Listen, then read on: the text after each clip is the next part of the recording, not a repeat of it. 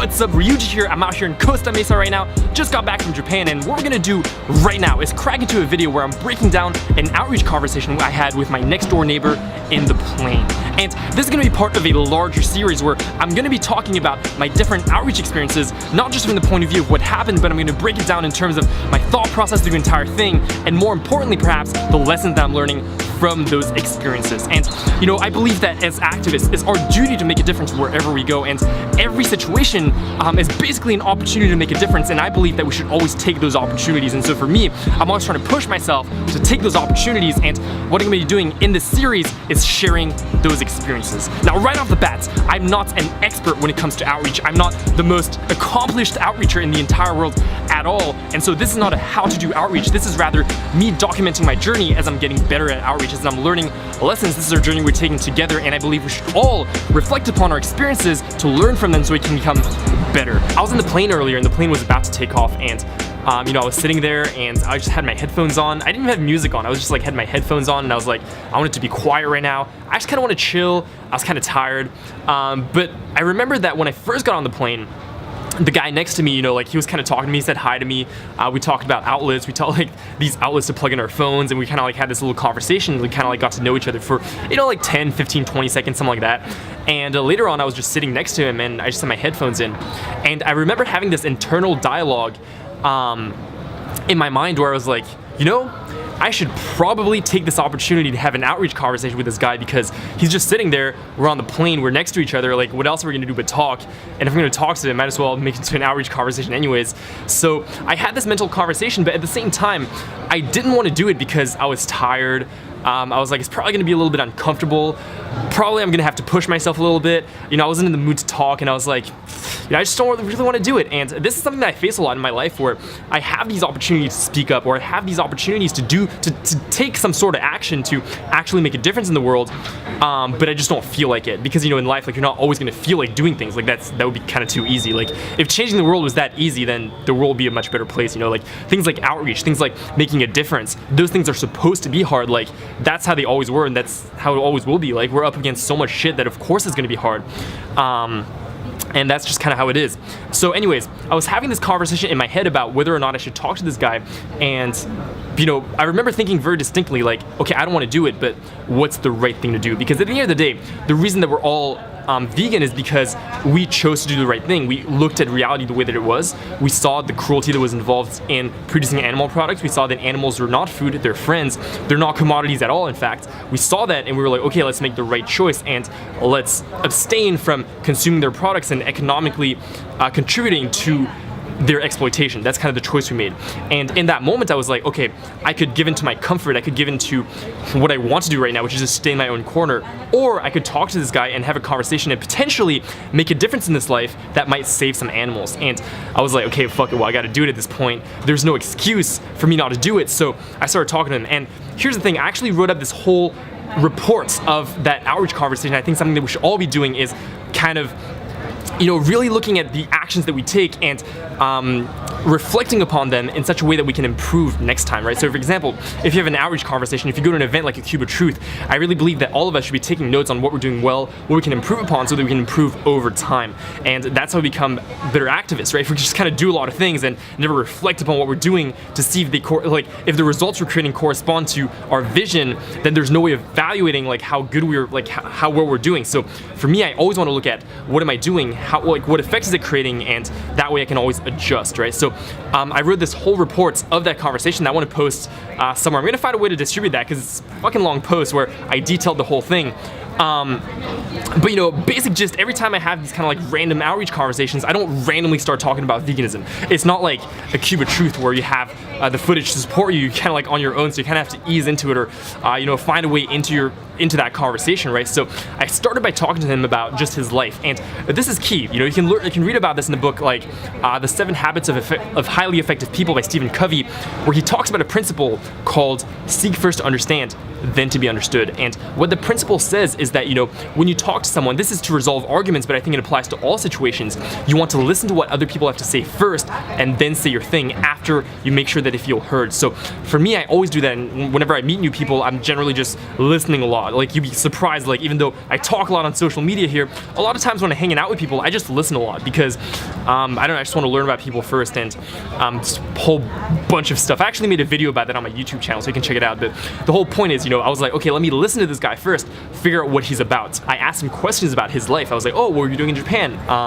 Like, what about your family? What about this? What about that? And I was just kind of asking him, figuring out who he was. Now, there are two reasons why I did this. The first reason was to build a relationship with him because I wanted to be on good terms with him. I'm like, you can't have a productive conversation about a topic that can be very controversial, like veganism, if you don't have any sort of relationship with that person. So you always want to build at least some type of relationship, and what I mean by that is, you want to like each other, basically. You want to be in a position where that person wants to listen to you and you're not just preaching because, I never tell people, I never say anything to anyone if they don't want to hear about it. There's no point in saying things that people don't want to hear, unless, like, it's different in different contexts. So, for example, on social media, when you're posting, you can post things that people might not necessarily want to hear, but there they have the choice to skip it, so that's how that works. But when you're in person, I don't think that you should say things to people if they don't want to hear it, because that's just going to put them off more. So I always think it's important to evaluate not just what you're saying to people, but the context you're creating, the relationship you're creating. So in that case, I just asked him a bunch of questions and I got to know him, and this was, for a practical reason, because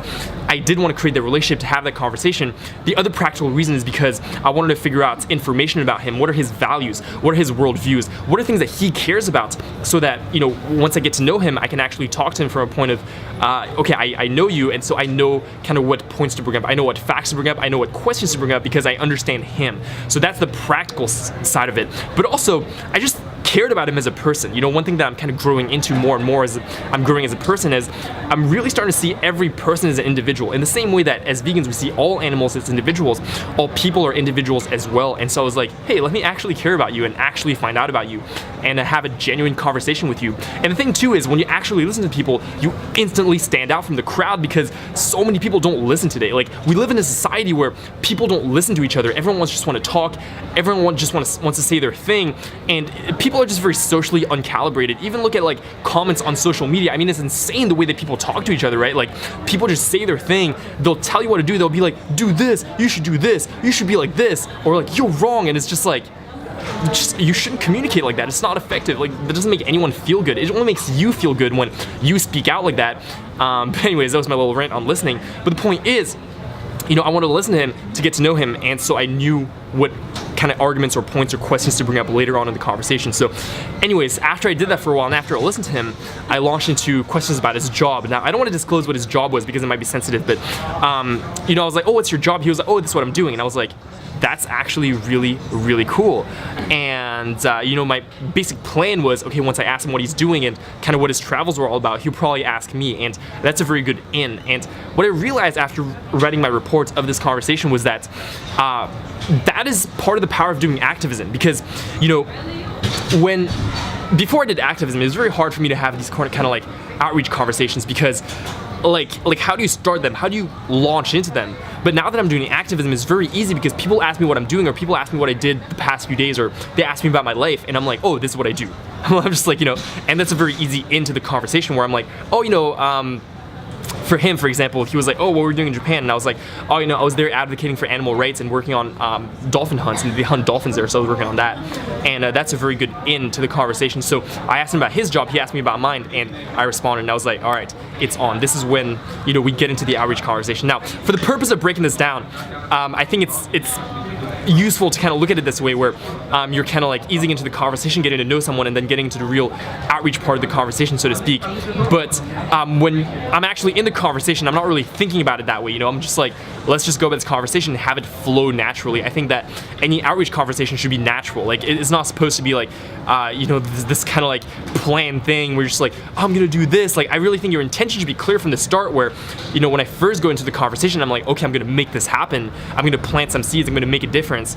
But that being the case, when I'm in the conversation, I'm not thinking that. I'm more like, okay, let's listen, let's see where this goes, and I'm not trying to control the conversation. I'm just going about the conversation, and being it that this is such a big part of my life, it's going to kind of naturally come up. That's kind of how I look at it, and that's kind of how it's been lately. So anyways, he asked me my thing. I was like, oh, this is what I do.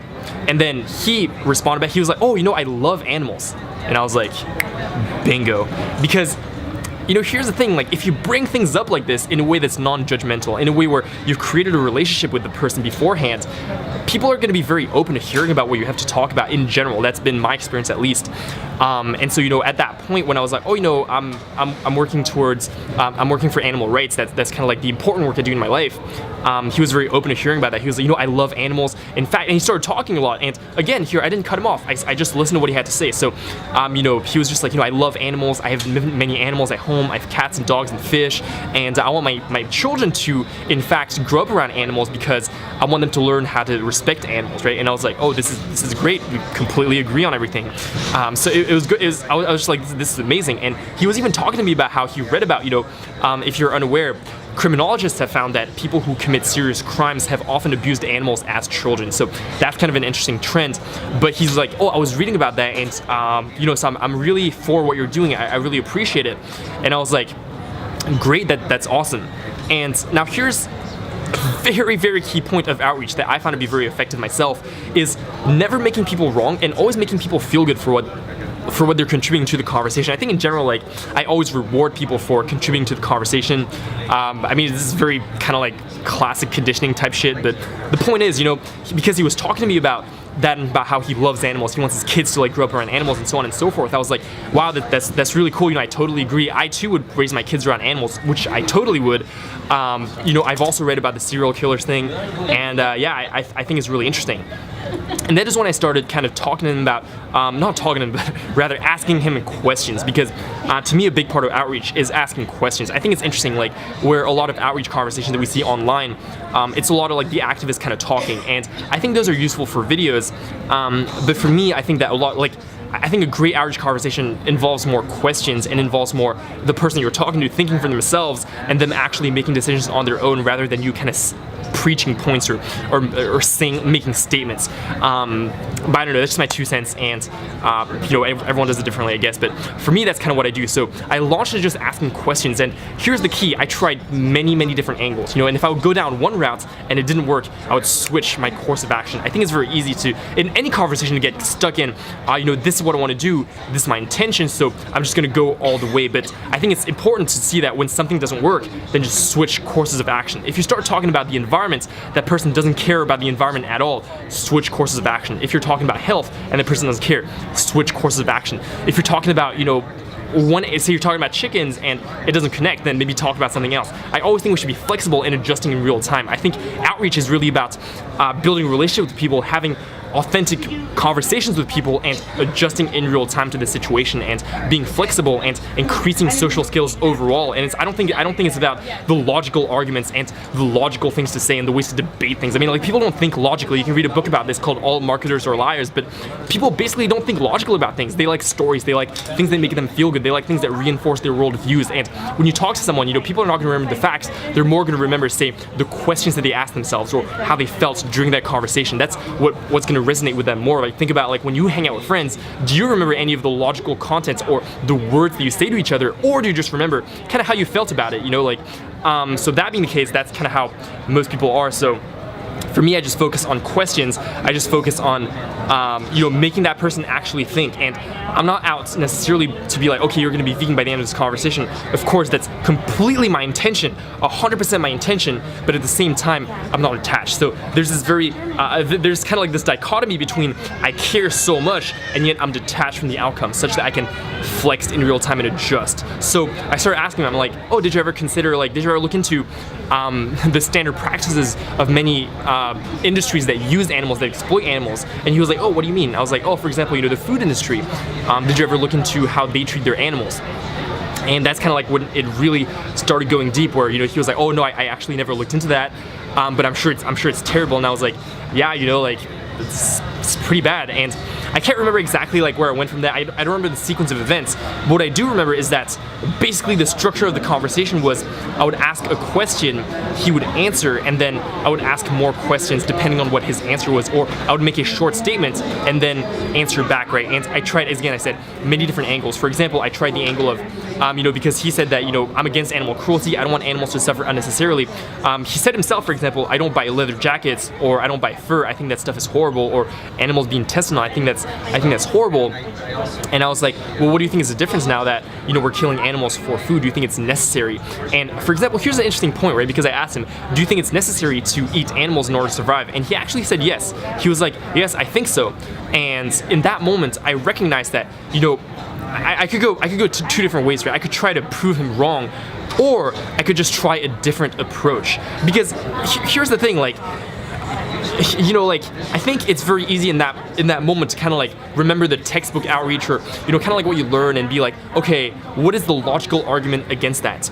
But in my mind, the way that I think about outreach now is I'm like, I don't want to think about what is the correct logical argument to like spit out. I'm more like, okay, how am I gonna talk about something that's actually going to resonate? So when that happened, I was like, okay, let me switch courses of action. And he was like, yes, I think so. And I was like, okay, cool, blah, blah, blah. And then I can't remember, but I went somewhere else. And, you know, I tried going the humane route. He was like, you know, I think that if we kill animals, we should at least do it in a humane way. I was like, so what's a humane way to kill an animal? And I was like, and then he described it to me. And here's a key point soon. You know, when I asked him, is there a humane way to kill an animal, I had in the back of my mind, I knew, like, I didn't know what he would answer, but he answered yes. And this is when I recalled back to like the conversation we had earlier where he talked about his dog, and I remembered his dog's name. This is so key. Always ask people's names, their children's names, their companion animals' names and stuff like that, because then you can recall it, right? He had a dog called Autumn. So I was like, okay, great. He was like, oh, if you kill the animal painlessly. And I was like, well, if I took Autumn and I killed Autumn painlessly in the way that you just described, now would it be humane? What do you think? And it was interesting. Even at that point, he said, well, you know, if it's necessary, if that was the only way that you could survive, then yeah, it would be justified. So that was interesting. But then, you know, and then I went back and I would think like, well, do you think it's completely necessary? And like, I kind of like went in circles. Could improve in that area. But anyways, you know, point is, I just tried different things. Even went into like, for example, at some point, I asked him about, this is a question I love asking, by the way, in like outreach in general. I love asking, because, you know, one big argument that he was making was, he said that basically, well, we gotta eat. I gotta eat somehow. You know, I'm a big guy, I gotta eat something. And I was like, okay, that's cool, very cool. Well, you know, it was not immediately after that, but one thing I love asking people is, if you had to guess, how many animals do you think are killed in the world every single year for human consumption? And that's a great question, because people have generally never thought about that. And it brings up a lot of interesting points. There are a lot of different places you can go with that, right? So I was like, all right, so, you know, how many animals do you think if you had to guess? He was like, I don't know, a few billion? I was like, I don't know, well, if you had to guess, like, well, how many billion? And I forgot what he said. I think he said between 2 and 5 billion or something like that.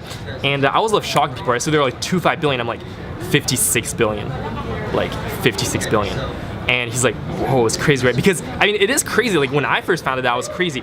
And here's the thing, too. Before I ask questions, or before I ask personal questions, I always ask for permission. So before I asked about his dog, before I said, if I killed Autumn that way, would it be humane? I was like, can I ask you a question? And the other thing is, too, I always tell people not to take my word for it. I always tell people to do their own research for different reasons. First, because what I'm saying is factual, so I know that I'm not lying. But also, I'm like, yo, once you say something like that, like, once you say, go do your own research, don't take my word for it, it just kind of gives so much more credibility to what you're saying, even though what you're saying is not true, even though you should always say facts. I mean, just imagine someone said that to you, you'd be like, okay, I actually believe you. So I'm like, 56 billion, these are estimates by the FAO, you can actually go look it up yourself, don't even take my word for it. And then people most likely be like, oh, you know, like, no, I completely agree with you, like, I mean, or I believe you, like, don't worry about it. So I always say that, because it's true. So anyways, I went there, and then just before I go into what I actually did in that conversation, I just want to go into the different places you can go with that question, because I think it's such an amazing question.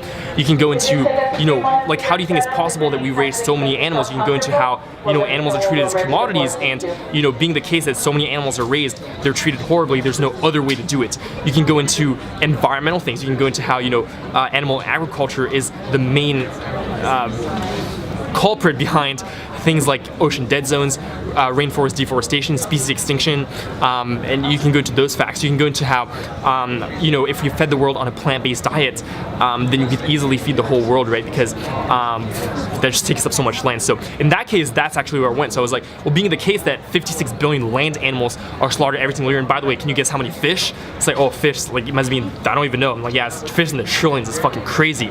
But just for the land animals, don't even think about the ocean for a second. You know, we have to raise 56 billion land animals for 7.6 billion of us. Think about how much land that takes.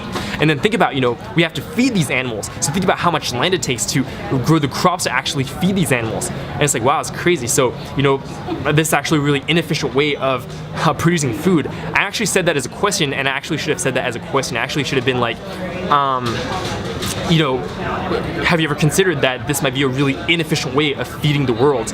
And the reason I went there too is because from what he said, I knew that he cared about things like world hunger. I knew he cared about being a good guy. I knew he cared about animals, and I knew he cared about, you know, eating and like living in a win-win way. So I knew that he would resonate with, say, feeding the whole world, because he said that, you know, we got to feed the whole world somehow. And that's kind of why I went into that thing where I was like, well, you know, perhaps there's an alternative way of feeding the world that would be more efficient.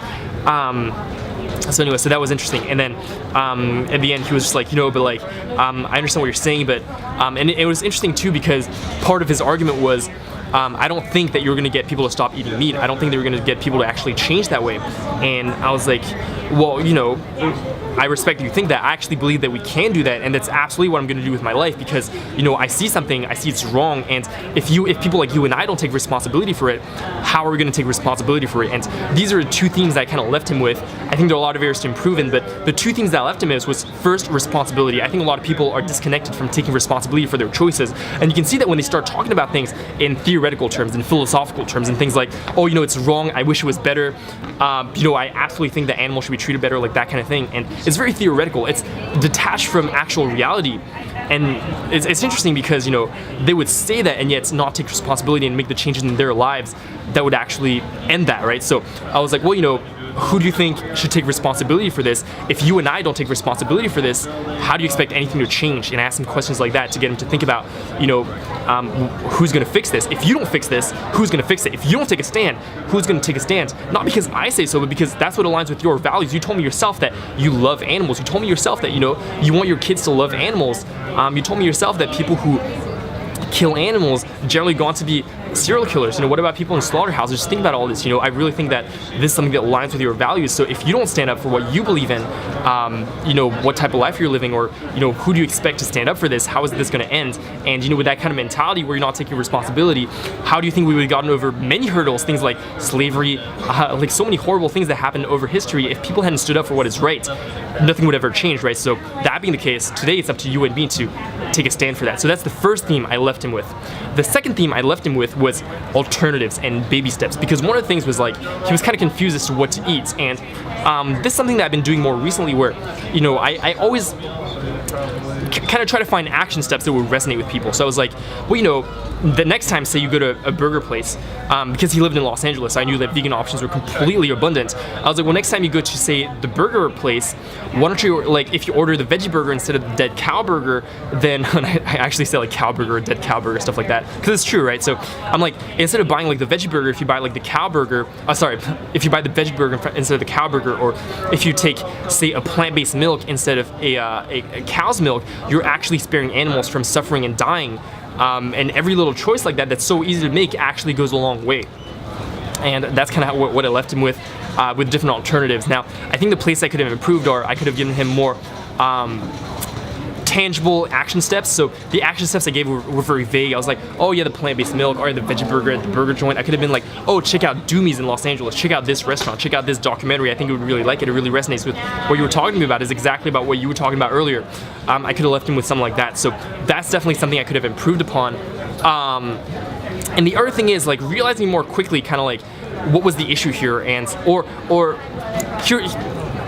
rather having more vivid solutions and appealing to more senses, right? For example, I realized that I think we should all have a shit ton of footage and a shit ton of just resources in our phones that we can just show people like that, right? So for example, one of the arguments he gave me was like, you know, I don't think I can be vegan because I'm a big guy. Like he was a big guy, you know, and I was like, well, you know, like there are millions of people that look like many different things all around the world who are vegan.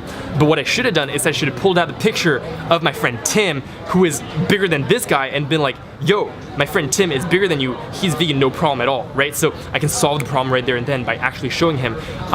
When I talk about going to a slaughterhouse, because I always talk about how I go to a slaughterhouse, I should have just shown footage like, hey, these are the pigs that actually made it to the slaughterhouse, and have a video ready to go, right? So I think I'm gonna create a folder in my phone with so many resources that I can just show people. So I can be like, oh, this, that. So when you're talking about something, you don't just have to like talk about it, you can also show it. And here's the thing too, like I said earlier, if I actually show something like that, I would always ask for permission. Unless my friend Tim, that's whatever, it's just like picture of my friend.